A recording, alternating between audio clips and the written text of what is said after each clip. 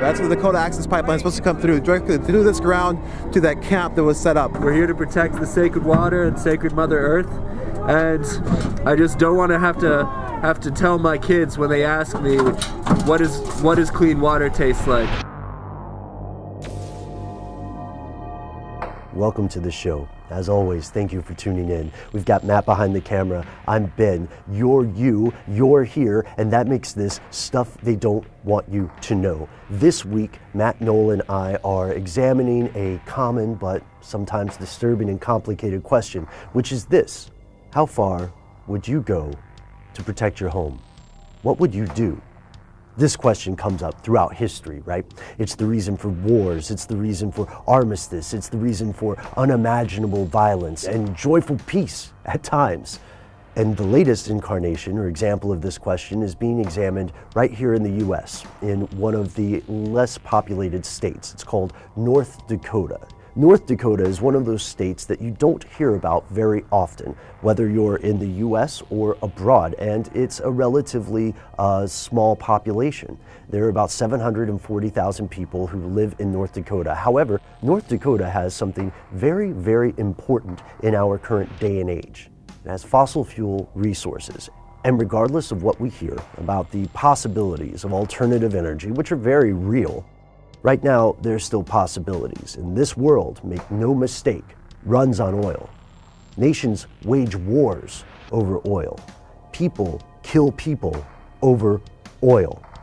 So in a world that runs on the bones of ancient dinosaurs, if we're waxing poetic, right, the remains of eldritch algae, oil is one of the most important resources of our time. And of course, the US, like any other nation, seeks to gain control of it wherever possible.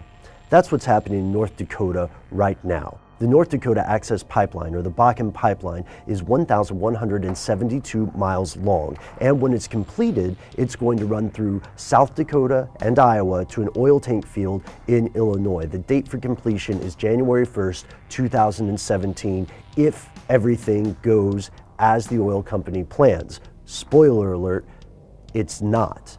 So back to the population in North Dakota, 740,000-ish people as of 2014. You're probably wondering, if you're still on Facebook, how a place with less than 800,000 people in the population suddenly has more than 1.6 million people checking in on Facebook. The answer is pretty interesting.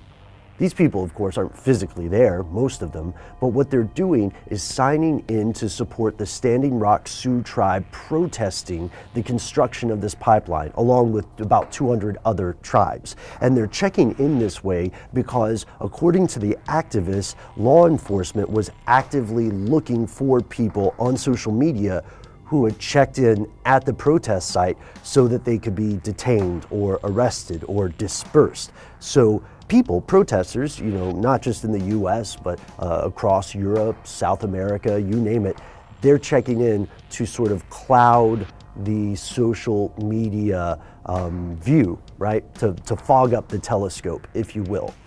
Is it working? Who knows? But one thing is for sure, the protesters are trying everything they can to stop the construction of this pipeline.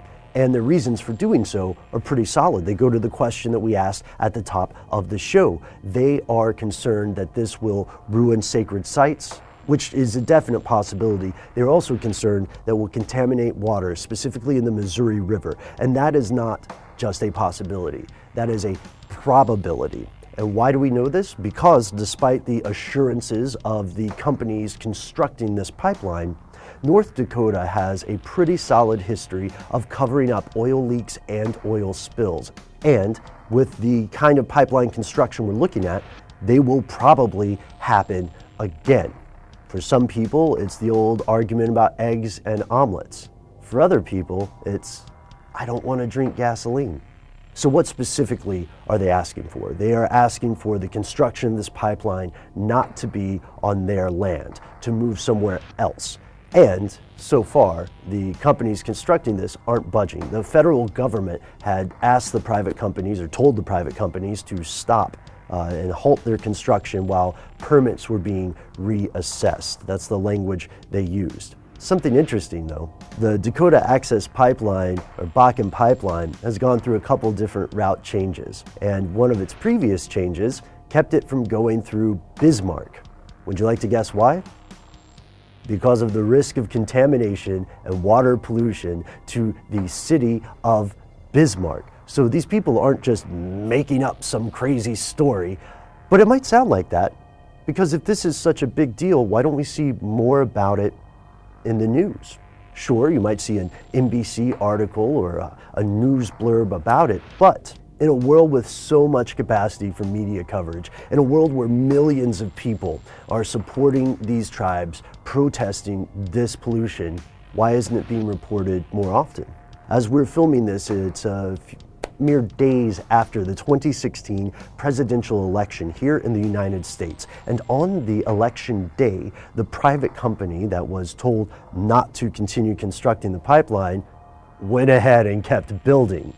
So we're in a very strange time. This may be one of the times where history hinges on a series of upcoming events. So join Matt, Noel, and I as we take a closer look at the protests surrounding the Dakota Access Pipeline, as well as the history of other Native peoples protesting corporations in their land. You can catch our podcast on Stuff They Don't Want You to Know. You can also find us on social media. We're on Facebook and Twitter as Conspiracy Stuff. And if you'd like to write to us directly with an idea for an upcoming topic, with a comment about the show, you can email us. We are conspiracy@howstuffworks.com.